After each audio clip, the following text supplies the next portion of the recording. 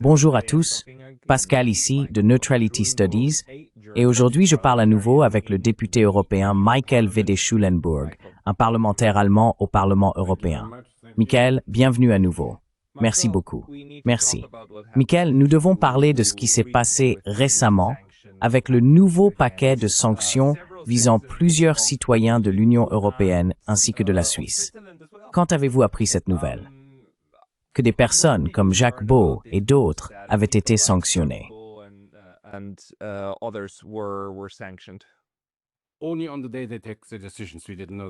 Seulement le jour où ils prennent les décisions. Nous ne savions rien avant. Vous savez, nous ne savons rien à ce sujet. En réalité, tout est secret. Nous ne connaissons pas les protocoles. Nous voyons simplement ce que vous voyez lorsqu'ils publient leurs déclarations. Et c'est tout ce que nous savons. Je veux dire, ce qui s'est passé maintenant, c'est que 17 personnes ont été ajoutées à la liste des sanctions. Je pense que cela porte le total à 59 personnes. Également des Européens, des Allemands, des Suisses. Nous avons 2 Suisses. Oui. Ils disent que ce sont des personnes qui soutiennent la propagande russe. Mais il y a sur cette liste des gens qui n'ont rien à voir avec la Russie, qui s'occupent de Gaza ou de l'Afrique.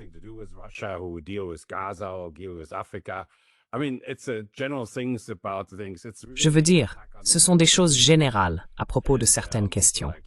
C'est en réalité une attaque contre les réseaux sociaux et contre des personnes comme toi, Archine, en fait, mais de manière indirecte, à travers les personnes que tu as interviewées. Et donc, tout d'abord, sur le plan personnel, quelqu'un qui est sous sanction devient en quelque sorte un hors-la-loi. On revient au Moyen-Âge, on lui dit qu'il n'a plus aucun droit. Il n'a pas de compte bancaire, il ne peut pas travailler, il ne peut pas diriger d'entreprise. En d'autres termes, il n'a aucun revenu, il ne peut pas voyager, ni rien de ce genre. Et il lui est pratiquement impossible d'engager une action en justice.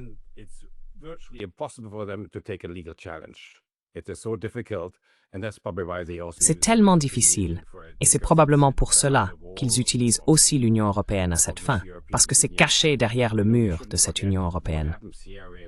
Vous savez, il ne faut pas oublier que ce qui se passe ici est un déni total de l'état de droit. Le Conseil est à la fois le législateur et le juge en même temps.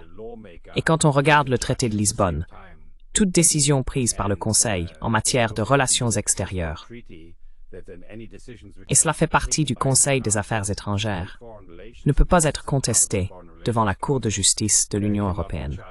Donc en gros, si vous avez une situation où, comme dans tous les royaumes, Henri Twitz décide du sort de ses épouses, et que personne ne peut rien dire contre cela, c'est vraiment la même chose. C'est incroyable. Désolé, pouvez-vous répéter cela? Je n'étais pas au courant de cela. Donc, les décisions prises par le Conseil européen, le Conseil qui réunit les différents ministres, ces décisions ne peuvent pas être contestées.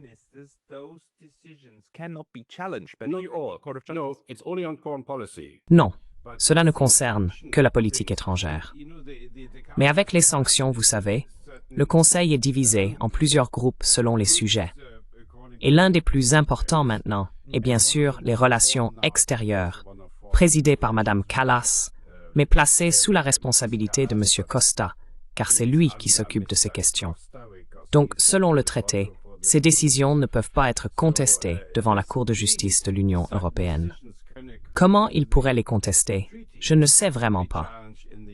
Je veux dire, il existe probablement des moyens de le faire, mais ce serait très difficile et très coûteux.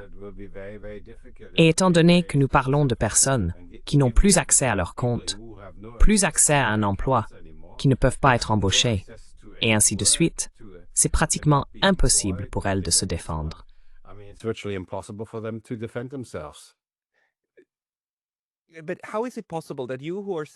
Mais comment est-il possible que vous qui siégez au Parlement européen ne soyez pas informés de cela? Je veux dire, ces branches ne sont donc pas du tout égales. Elles ne le sont pas. Ces décisions sont prises par une poignée de personnes, un petit groupe. Alors, dans ce cas précis, comment cela s'est-il produit? Parce qu'il y avait un autre conseil impliqué, n'est-ce pas? Les ambassadeurs auprès de l'UROGO Air, dans ce cas.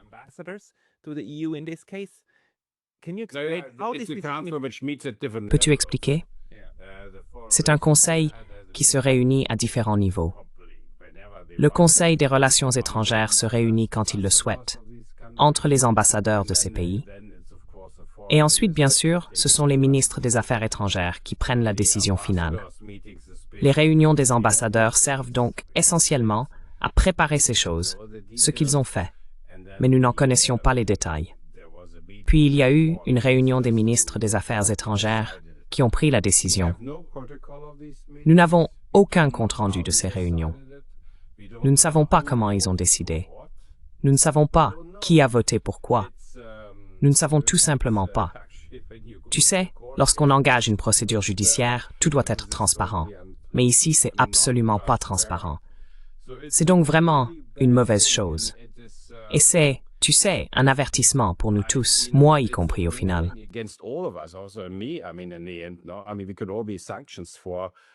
Je veux dire, nous pourrions tous être sanctionnés pour des choses douteuses. En gros, simplement parce que nous nous opposons à cette politique de guerre de l'Union européenne. Cela pourrait donner l'impression que nous soutenons en fait la guerre de la Russie ou quelque chose de ce genre. Dans le cas de Jacob, c'est très clair. Mais pour la plupart des autres, nous ne savons pas. Je veux dire, qui connaît ces 59 personnes? Et je trouve cela vraiment très triste. Pour ces 59, nous n'avons pas fait grand-chose.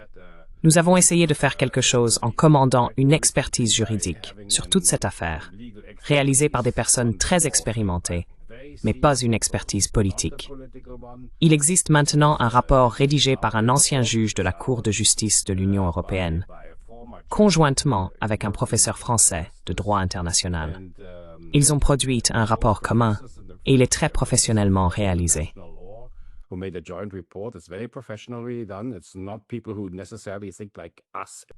Ce ne sont pas des personnes qui partagent nécessairement nos opinions politiques.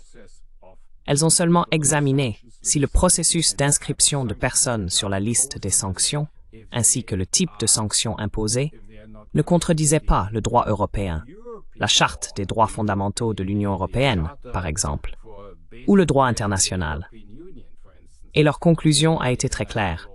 Il n'existe aucune justification, même selon notre propre droit, et encore moins selon d'autres, pour agir de cette manière. Ils ne se demandent donc même pas si nous devons avoir des sanctions ou non. Ils disent simplement que si nous avons des sanctions, nous devons les appliquer conformément à l'état de droit. Et l'état de droit dans l'Union européenne est défini. Nous l'avons. Il n'est simplement pas appliqué.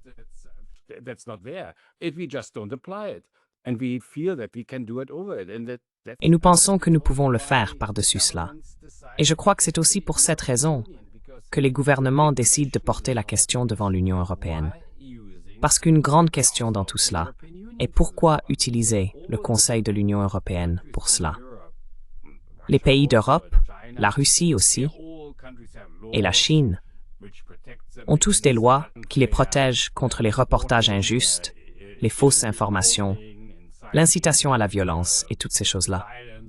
Il existe donc une législation très sophistiquée à ce sujet, où les choses sont clairement définies. Pourquoi aller devant l'Union européenne et faire cela?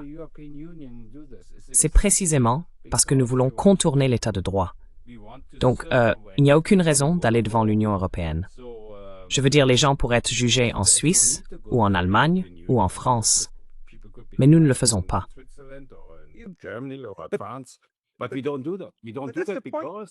Nous ne faisons pas ça parce que nous perdrions probablement. Ils n'ont rien fait d'illégal. Je veux dire, jusqu'à présent, Jacques Bourg, Nathalie Jambe, les autres, Hussein Dogrou, ils n'ont rien fait d'illégal. Ils parlaient de choses qu'ils jugent importantes.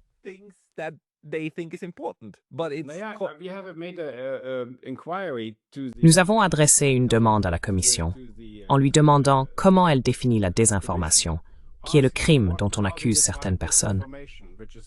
Et la réponse que nous avons reçue, c'est qu'il n'existe aucune définition. Cela signifie que ce n'est pas seulement une question de savoir si c'est un crime. Il n'y a même pas de définition de ce dont ces personnes sont accusées. Il n'y a aucune définition, tout simplement. Ce sont donc des choses complètement arbitraires, et il ne faut pas l'oublier. Elles servent bien sûr un objectif, intimider ceux qui s'expriment différemment. Nous savons maintenant qu'en Europe, en Allemagne, dans le cas extrême, les médias établis tiennent tout le même discours. Je veux dire, si vous les lisez, oui, vous les lisez tous, n'est-ce pas?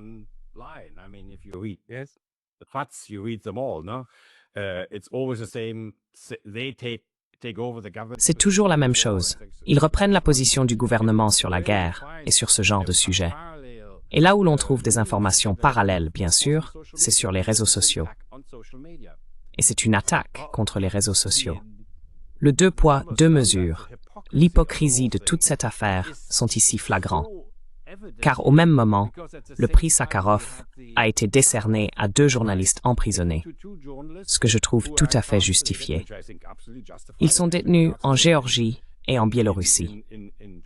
Et je pense que nous devrions examiner ces situations. Mais en même temps, exactement au même moment, nous avons intimidé 70 personnes, simplement à cause des opinions qu'elles défendent.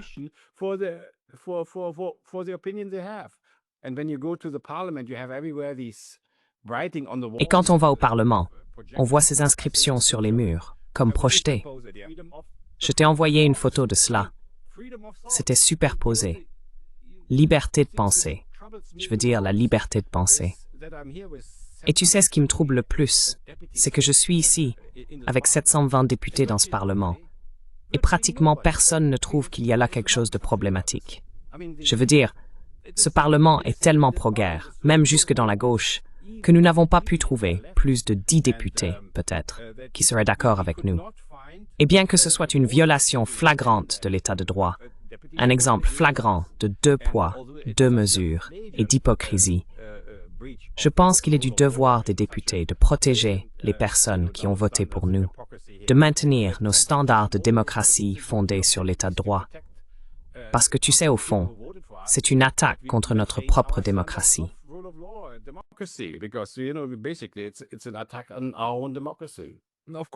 Bien sûr que oui. Mais dis-moi, s'il y avait une majorité parlementaire au Parlement européen pour réellement s'opposer à cette décision, le Parlement aurait-il le pouvoir de l'influencer? Pourrait-il annuler la décision?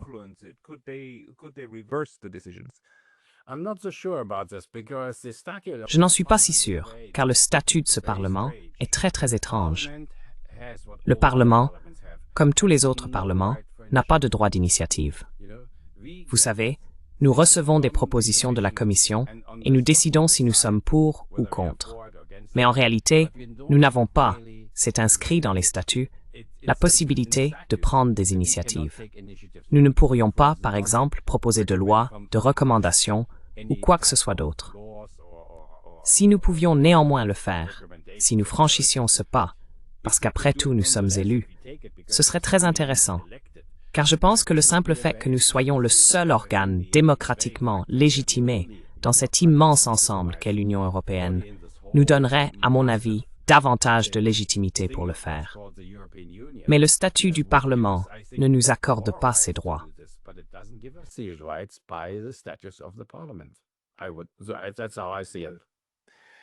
C'est ainsi que je le vois.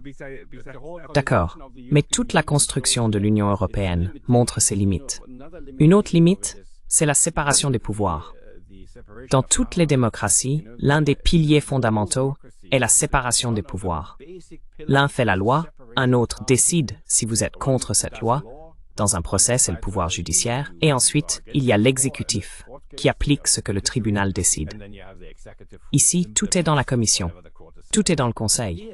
Il n'y a pas de séparation. Et cela signifie que nous, je pense, agissons comme au Moyen Âge.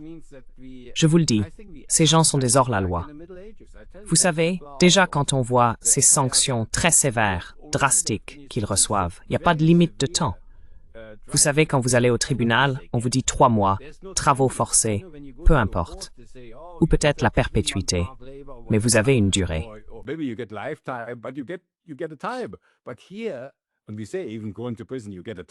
Mais ici, même quand on va en prison, on a une durée déterminée.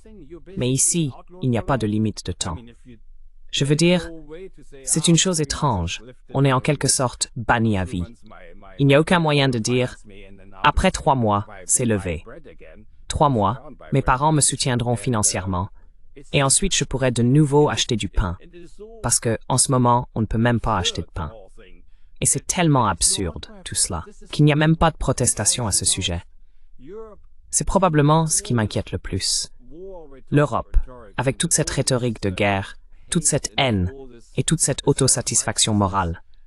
Ce choix en lui-même, je ne peux pas le dire autrement. Et vous savez, je ne suis pas du tout anti-européen. Mais je vois ici qu'il y a un ennemi dans ce Parlement. Un ennemi qui ne veut pas de l'UEMA. Ce n'est pas vrai du tout. Ou vous savez, un espion russe, ou peu importe.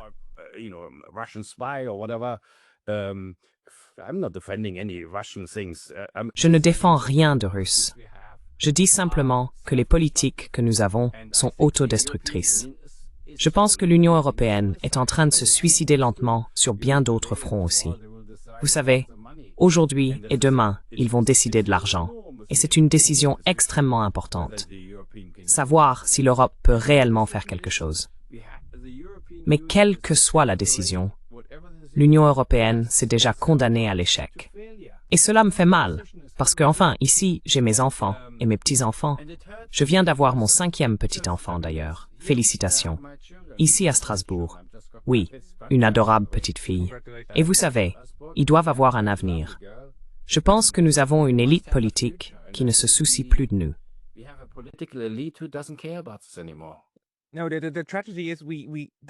La tragédie, c'est qu'il y avait l'espoir qu'une structure soit créée, une structure favorable à la paix, à la réconciliation franco-allemande, et qu'ensuite nous ayons une structure commune, une maison commune, n'est-ce pas, sous laquelle nous pourrions prospérer.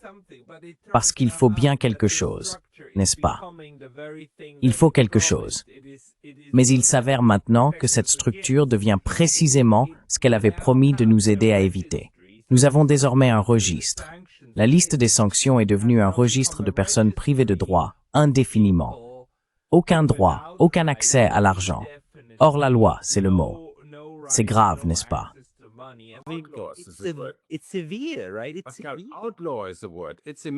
Hors la loi est le mot. C'est un mot du Moyen Âge. Et il s'applique ici. Des hors-la-loi. Vous savez, en allemand on dit « vogelfrei ». Vogelfrei a été décidé. Et c'est ce que sont ces gens-là. Et vous savez, la plupart de ces gens ont de petits revenus. Des personnes peu importantes. Pas importantes au sens où elles pourraient faire quelque chose. J'espère qu'avec Jack Bowles, nous aurons une autre affaire. Mais tu sais, les médias suisses n'en parlent même pas. Oui, c'est incroyable. Jacques Baude est passé de très nombreuses fois à la télévision nationale suisse, car c'est un grand expert en matière de renseignement et d'autres sujets similaires. On peut trouver beaucoup d'enregistrements de ses passages à la télévision nationale, et à ce jour, je n'ai pas vu une seule mention de son nom sur cette chaîne. Donc, cette stratégie d'intimidation, ce « oh non, c'est un méchant maintenant », fonctionne.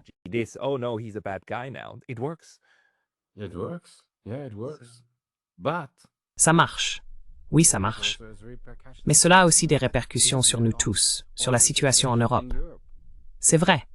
Quand on a quelqu'un comme Trump, je veux dire, tu peux imaginer Trump nous critiquant pour un manque de démocratie. C'est idiot, non? Oui, et il a raison là-dessus. Devoir écouter quelqu'un comme M. Trump, je trouve ça drôle qu'on doive l'écouter. C'est pas vraiment ma tasse de thé, mais quand même c'est étonnant. Je veux dire, jusqu'où peut-on diverger? Jusqu'où l'Europe peut-elle consentir?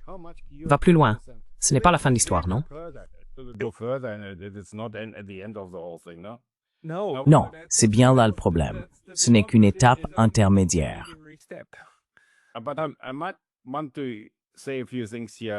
Mais je veux dire quelques mots sur ce que nous faisons ici, car peut-être que vous pouvez nous aider à faire savoir au monde que quelque chose est en train d'être fait, que les gens en sont informés et le soutiennent. Tout d'abord, nous avons publié un avis juridique très professionnellement rédigé sur le régime de sanctions. C'est la première fois qu'une telle chose est réalisée. Il conclut que ces mesures sont illégales, qu'on ne peut pas faire cela. Ils disent même que l'Union européenne a franchi le Rubicon, au sens où César a traversé le fleuve Rubicon, emmenant ses légions à Rome et déclarant qu'il n'y aurait pas de retour en arrière. C'est toute l'idée derrière cela. Je pense donc qu'il s'agit d'une critique très sévère de leur part.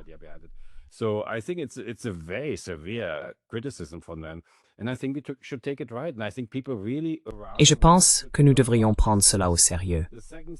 Les gens du monde entier devraient vraiment être informés de ces choses. La deuxième chose, c'est que lundi, nous publierons, espérons-le, une lettre ouverte à Costa et Callas, dans laquelle nous leur demandons, sur la base de l'étude et des dernières décisions, d'examiner la situation et de veiller à ce que l'Union européenne revienne à l'état de droit et agisse en conséquence. Je pense que nous avons beaucoup d'informations à ce sujet. Ce n'est pas que nous le disions pour des raisons politiques. La question est de savoir combien de députés nous pourrons rallier à cette initiative. Ce sera en réalité très peu. Mais je pense que nous devrions au moins rédiger cette lettre, en faire une lettre ouverte. Vous en recevrez une copie. Ce n'est pas seulement pour Jacques Beau, c'est très important pour nous, surtout pour moi.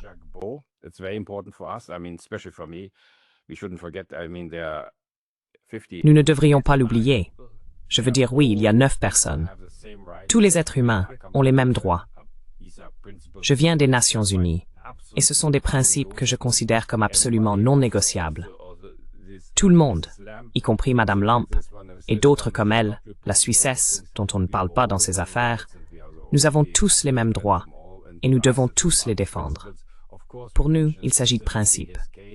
Bien sûr, nous avons mentionné son cas en particulier, mais je pense que nous devons nous battre pour que l'Union européenne ne s'engage pas sur cette voie de l'illégalité. Dans notre déclaration, nous avons accusé l'Europe d'être au bord de l'illégalité, et je pense que c'est ce que l'on constate. Nous avons vu beaucoup d'autres décisions récemment. Cette guerre en Ukraine a fait perdre la tête aux dirigeants européens, et c'est très dangereux.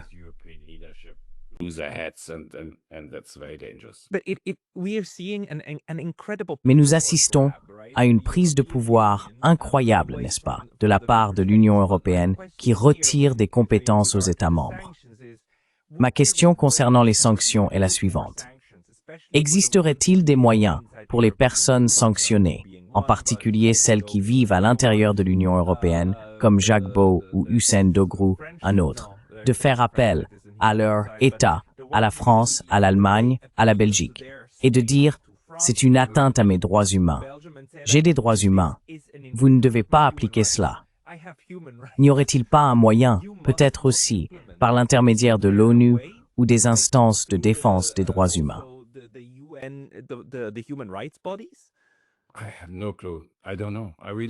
Je n'en ai aucune idée. Je ne sais pas. Je ne sais vraiment pas. Je pense que le problème dans tout cela, c'est que les décisions sont prises par le Conseil européen, mais que la mise en œuvre est assurée par les autorités allemandes. Elles disent à la banque de fermer les comptes et tout le reste, puis elles affirment « mais nous ne sommes pas responsables de la décision. Vous devez faire appel de la décision. Nous ne sommes que le pouvoir exécutif dans ce cas. » Donc je ne sais pas. Je leur ai demandé, ainsi qu'à nos juristes, comment peut-on contester ces choses-là? Ce n'est pas clair. Ce n'est pas clair. C'est parce qu'ils se cachent derrière l'Union européenne, où les ministres des Affaires étrangères des États membres prennent ces décisions drastiques en secret. Il ne faut pas l'oublier. Oui, c'est très préoccupant. C'est vraiment, vraiment préoccupant. Je veux dire, c'est profondément troublant.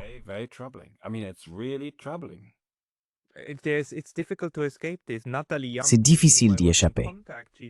Nathalie Yamb, avec qui j'étais en contact, m'a dit que les compagnies aériennes africaines en Afrique refusent de l'embarquer, car elles vérifient qui figure sur la liste et n'embarquent pas les personnes qui y sont inscrites.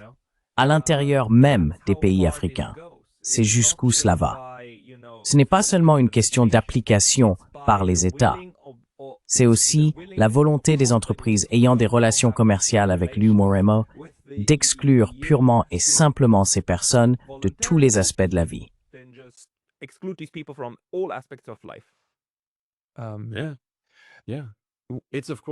Oui, oui. Bien sûr. Tu sais, le fait est que quand on regarde toutes ces sanctions, des États comme l'Inde, entre autres, y sont opposés et ils peuvent se le permettre. Mais en Inde, c'est très difficile parce que les compagnies aériennes ont peur, puisqu'elles volent aussi vers l'Europe, d'être sanctionnées pour avoir une personne interdite à bord. Oui, des choses comme ça. Donc je pense que c'est... Oui, on peut oui. Mais que veux-tu que je dise? Je veux dire, c'est tout ce qu'on peut faire. Ici, au Parlement, je vois très peu de réactions venant de l'extérieur. Et tu sais, il devrait vraiment y avoir un cri d'indignation.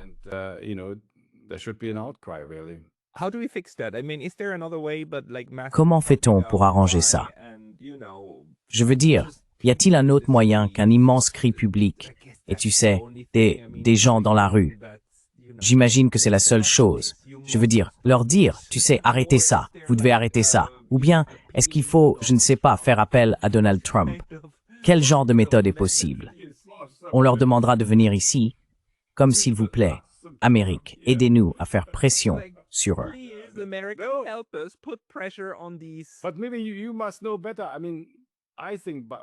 Mais peut-être que vous en savez plus.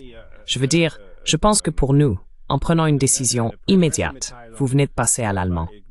Pouvez-vous répéter en anglais? Oh, désolé. Vraiment? Je vois. À partir de là, d'accord. Maintenant, je veux simplement dire que nous faisons ce que nous pouvons.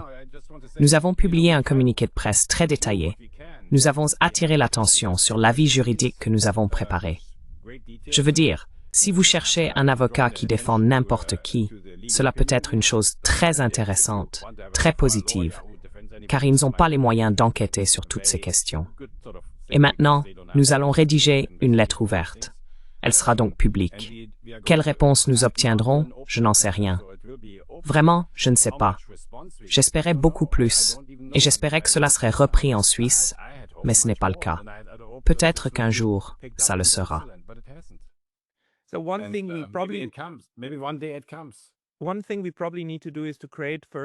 Une chose que nous devrions probablement faire, c'est créer un dépôt de connaissances en ligne, pour y mettre des documents comme le vôtre, ainsi que des informations similaires, afin que les avocats sanctionnés puissent y revenir et utiliser ce type de matériel.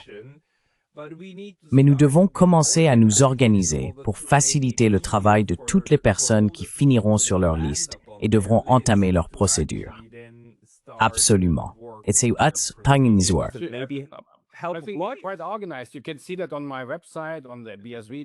Vous pouvez voir cela sur mon site web, sur le site du BSV. Vous y trouverez tout cela dans cette section. Et tout s'articule ensemble.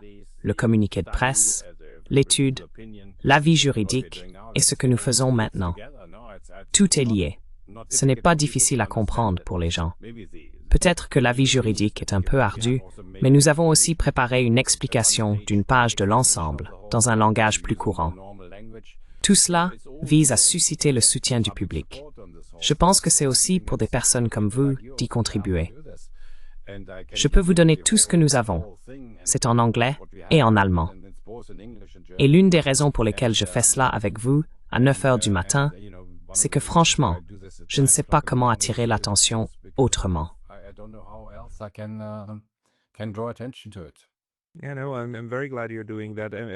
Oui, non, je suis vraiment content que tu fasses ça.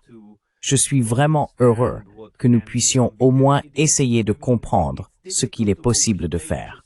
Parce que je veux dire, il est difficile d'exagérer à quel point il est effrayant de voir qu'il existe maintenant un petit groupe d'une vingtaine de personnes à Bruxelles qui peuvent complètement, totalement ruiner la vie d'autres gens.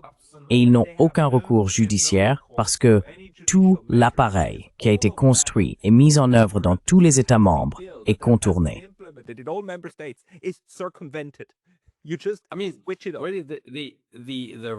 Je veux dire, le droit d'être entendu par qui que ce soit.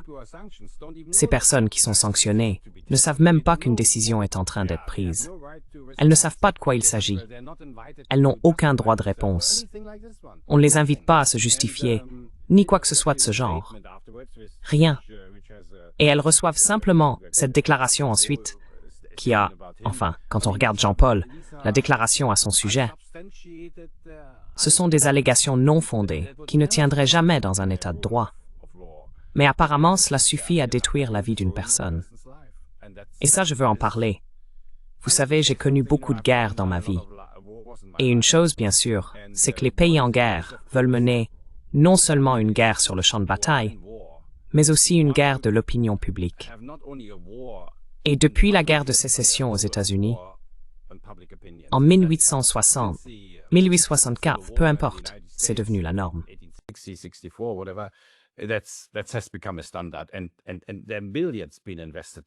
Et des milliards sont investis là-dedans. Des milliards. Surtout dans tout cet échange d'informations. On crée artificiellement des interviews avec des personnes que nous connaissons, et des choses de ce genre apparaissent soudainement. Il y a énormément d'argent en jeu. La raison pour laquelle c'est si important, c'est qu'un État en guerre doit s'assurer, ou essaie de s'assurer, que sa population, qui en souffre, et peut-être aussi indirectement, à travers la perte de proches, ou en demandant à d'autres de tuer quelqu'un, ait une vision très claire de ce qui est bien et de ce qui est mal. Il faut donc dire aux gens, nous sommes les gentils, ils sont les méchants. Et on n'autorise pas. Eh bien, ce serait la même chose en Russie. On ne le permettrait pas. Mais dans ce cas, nous nous comportons exactement comme la Russie. Il ne faut pas permettre d'autres opinions, car cela sape notre capacité à faire la guerre.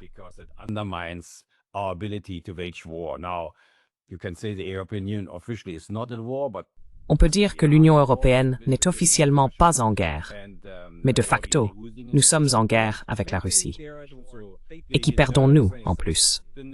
Mentalement, la nervosité est énorme. Si je regarde les 1 an et demi que j'ai passés au Parlement, toute la question des guerres israéliennes et de la guerre en Ukraine est devenue bien plus agressive. On ne peut presque plus rien dire au Parlement sans que les gens vous crient dessus ou réagissent violemment. Et il n'y a plus de véritable débat sur ces sujets. On peut peut-être débattre de nos petites politiques internes ici, mais pas de Gaza, ni de l'Ukraine. C'est parce que nous avons le sentiment d'être en guerre, et que les gens qui nous gouvernent, cette bulle ici au Parlement, se rendent compte qu'ils sont en train de perdre la guerre, et ils deviennent encore plus durs avec des gens comme nous. Voilà ce qu'il en est.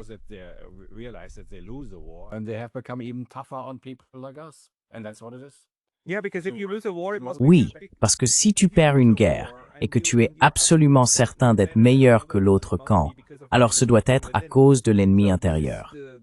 C'est donc la répression des saboteurs, de ceux qui étaient responsables.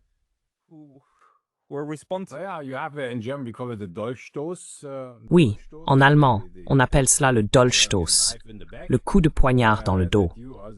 Cela signifie qu'il y a des gens qui vous ont trahi, qui vous ont poignardé dans le dos. Et bien sûr, c'est une explication très commode. Il faut justifier pourquoi on a dépensé ces milliards de dollars, pourquoi tant de personnes ont été tuées, et pourquoi tant de destructions ont eu lieu.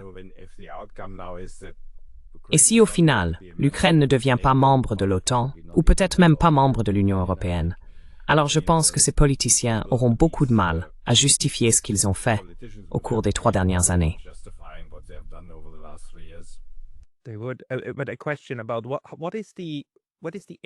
Ils le feraient. Mais une question. Quelle est l'atmosphère à Bruxelles quand vous rencontrez ou voyez ces personnes, von der Leyen, Kallas et les autres? Sont-elles déprimées, effrayées ou euphoriques? Je veux dire, récemment, j'étais au Parlement quand von der Leyen a parlé. Il y avait peut-être une 30aine de personnes dans l'hémicycle. Les gens ne viennent pas quand elle parle. Ils ne viennent pas non plus quand Kallas parle. Cela ne joue plus aucun rôle. Les dés sont jetés. C'est ainsi que nous voyons les choses.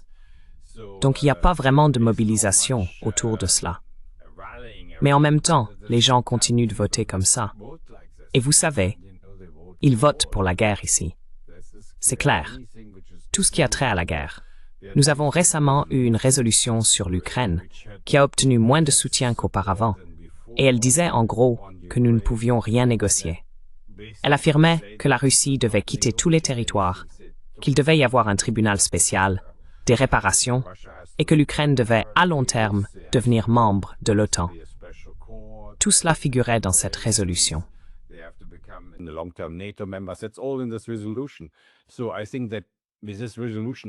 Je pense donc qu'avec cette résolution, les Européens ne peuvent évidemment plus négocier.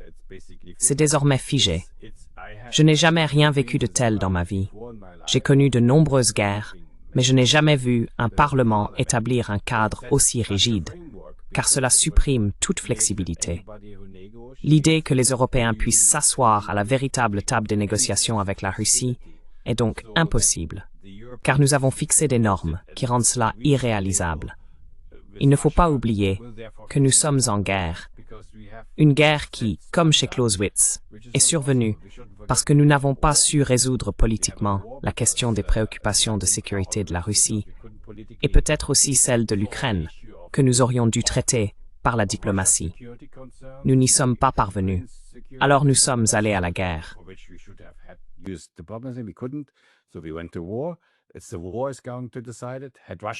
C'est la guerre qui va en décider. Si la Russie avait perdu cette guerre, l'Ukraine ferait maintenant partie de l'OTAN et elle aurait perdu l'accès à la mer Noire. Il y aurait probablement de nombreux réfugiés venant des régions orientales se déplaçant vers la Russie. Si la guerre s'était terminée par une impasse, on aurait sans doute un cessez-le-feu. Mais maintenant que la Russie est en train de gagner, bien sûr, la question du cessez-le-feu ne se pose plus. Ce sera selon les conditions de la Russie. Et c'est très difficile à accepter. Quand on regarde la réunion de Merz, par exemple, à Berlin, ce qu'il essaye vraiment de faire, c'est de gagner la guerre. Je veux dire, regardez la déclaration qu'ils ont faite ensuite. Ils parlent aux Américains, même pas aux Russes, et ignorent complètement ce qui se passe sur le champ de bataille.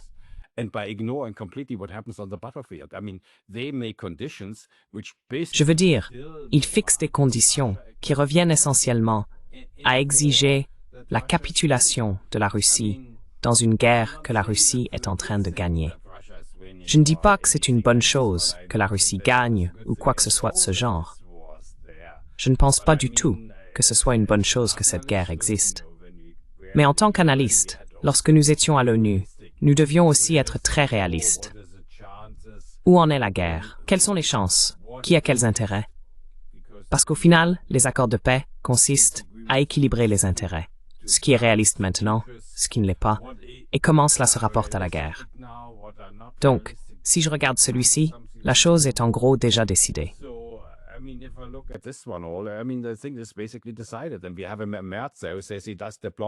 Et nous avons là un homme qui diffère de la diplomatie en parlant à deux Américains, qui ne sont même pas des membres officiels du gouvernement. Je veux dire, ensuite, ils ont publié une déclaration affirmant que les Américains étaient d'accord sur tout.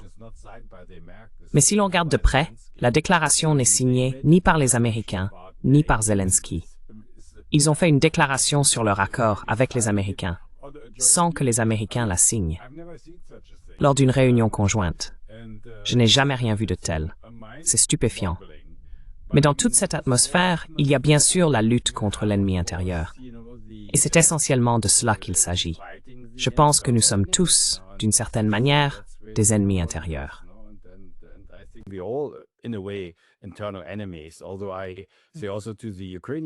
Bien que je dise aussi aux Ukrainiens que je suis probablement un meilleur ami que quiconque, parce que je leur dis qu'ils doivent négocier. Sinon, ils finiront par devenir un État en faillite. Et j'ai vu cela si souvent dans ma vie. Vous savez, je parle d'expérience. Votre expérience précédente, en tant que négociateur de l'ONU. Oui. Et vous savez, il faut comprendre qu'ils sont maintenant prudents avec moi. Bien sûr, je les ai contactés à cause de tous ces développements, et ils pensent, évidemment, qu'ils veulent entretenir de bonnes relations avec l'Union européenne. Et je les critique. Mais d'un autre côté, ils ne m'ont pas mis sur la liste noire. Je veux dire, c'est très intéressant.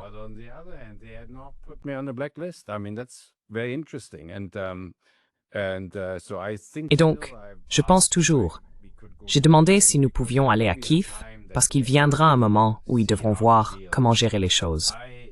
Je leur ai dit hier, j'ai fait une interview avec la chaîne de télévision East-West, qui est en fait, eh bien tu sais, complètement de l'autre côté. Mais cela s'est plutôt bien passé. Et je leur ai dit, tu sais, pour les Ukrainiens, il vaudrait maintenant mieux aller avec Trump et Poutine qu'avec les Européens. Parce que l'Europe vous a promis une chose après l'autre. Mais aucune de ces promesses n'a été tenue. Aucune. Pas une seule décision qu'ils ont prise. Tu sais, ils vous racontent des salades. Je veux dire, ils vous racontent des salades parce qu'ils craignent que la fin de la guerre ne soit aussi la fin de leur carrière.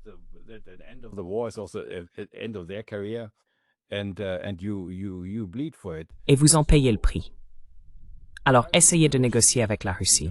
C'est une bien meilleure option, car la Russie a elle aussi besoin d'un pays stable à sa frontière. Elle ne veut pas d'un pays avec l'OTAN et tout ce genre de choses, mais elle veut un pays stable, pas un État en faillite avec tous les problèmes que cela comporte. Donc je pense que vous avez une chance. Et vous avez de bons diplomates. Il ne faut pas l'oublier.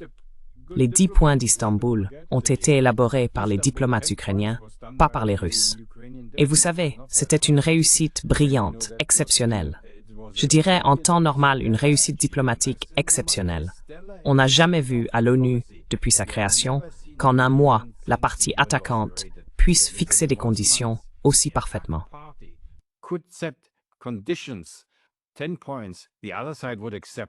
10 points que l'autre camp accepterait. Renoncer à toute leur armée en échange de la neutralité, sans perdre de territoire. C'est un accomplissement remarquable, et je pense que les Ukrainiens ont la capacité intellectuelle. Ils ont les diplomates pour négocier. Dans ces négociations, ils doivent s'assurer d'avoir un avenir, qu'ils auront un État fonctionnel, un État souverain, et ainsi de suite. Ils pourraient perdre du territoire. Mais je pense que si l'armée s'effondre en Ukraine, le système politique s'effondrera aussi. C'est presque inévitable. Je l'ai vu si souvent, et c'est inévitable. Et si cela commence, le système politique se désintégrera également, et l'Ukraine n'aurait pas d'avenir avant longtemps.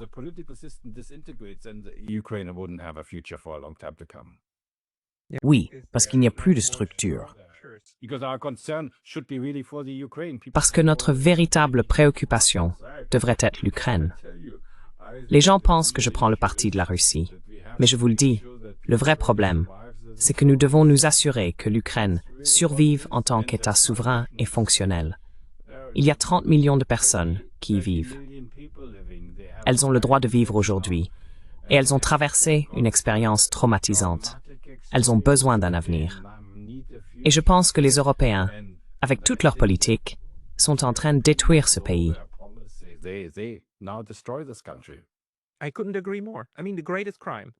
ne pourrais pas être plus d'accord.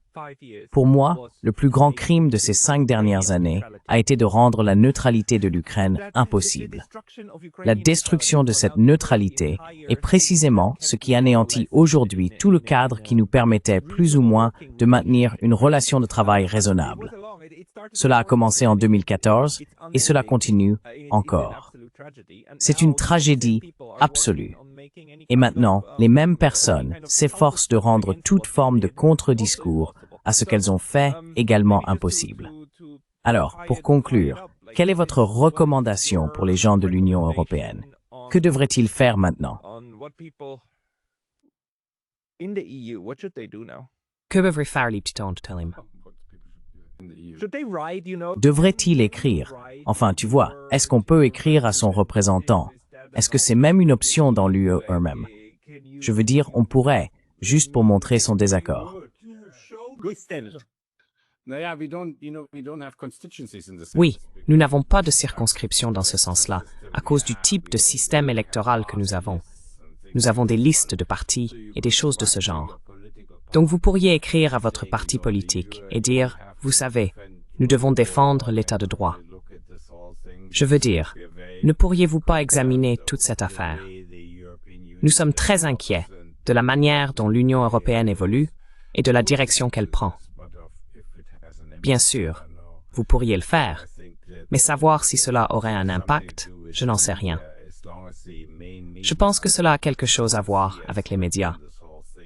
Tant que les grands médias ne voient pas de menace dans tout cela, et qu'ils le soutiennent ou restent silencieux à ce sujet, je pense que nous aurons beaucoup de mal à susciter une prise de conscience publique de ce qui se passe réellement.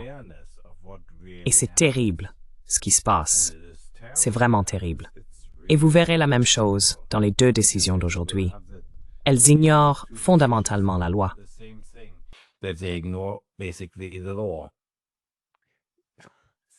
C'est une tragédie absolue, car toute l'idée était à l'opposé. L'idée était de faire le contraire. Surtout, vous savez, nous sommes un continent si ancien. Nous avons connu tant de guerres, tant d'accords de paix, tant de diplomatie, tant d'expérience dans tout cela. Et comment avons-nous pu en arriver là? Comment avons-nous pu en arriver? Je veux dire, cela aurait dû être l'Europe qui disait non la première.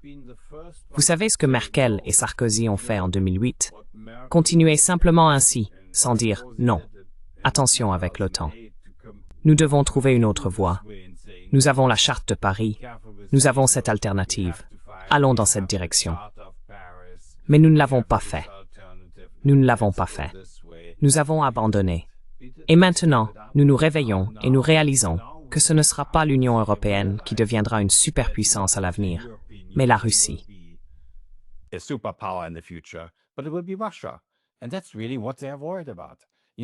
Et c'est bien cela qui les inquiète.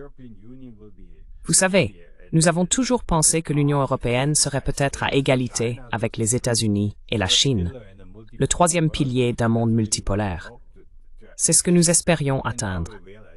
Et maintenant, nous réalisons que la Russie, et même l'Inde, pourraient probablement nous dépasser en importance internationale. Je veux dire, ils sont complètement isolés sur le plan géopolitique. Madame Kallas ne peut même pas se rendre aux États-Unis, sans parler de l'Inde, de la Chine ou de la Russie. Je veux dire, c'est bien ce qu'un diplomate est censé faire, non? Enfin, peut-être. Peut-être pas la Russie la première fois, mais vous voyez, oui.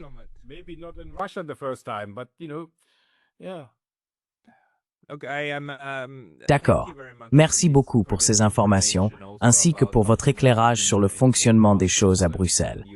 Y a-t-il quelque chose que nous n'avons pas encore mentionné et qui, selon vous, devrait encore être abordé? Eh bien. Non, je pense que c'est bon. Je vais donc orienter les gens vers votre page d'accueil pour qu'ils trouvent plus d'informations. Et quel était l'autre endroit que vous avez mentionné? La page d'accueil du BSW. Et je peux aussi t'envoyer c'est par main. La page d'accueil du BSW, d'accord. Ouais, c'est le BSWEP quelque chose. Mais je te l'enverrai, ouais. D'accord, s'il vous plaît. Je vais mettre tous ces liens dans la boîte d'informations ci-dessous. Le député européen, Michael Verde-Schulenburg. Je ne sais pas, je vous l'enverrai. Vous devez le mettre dans la boîte. Désolé, je vais le mettre dans la boîte, je vais le mettre dans la description. Tout ce qui est technique. Monsieur le député européen, Michael Verde-Schulenburg, merci beaucoup pour votre temps aujourd'hui. D'accord, prends soin de toi. Au revoir. Merci, salut.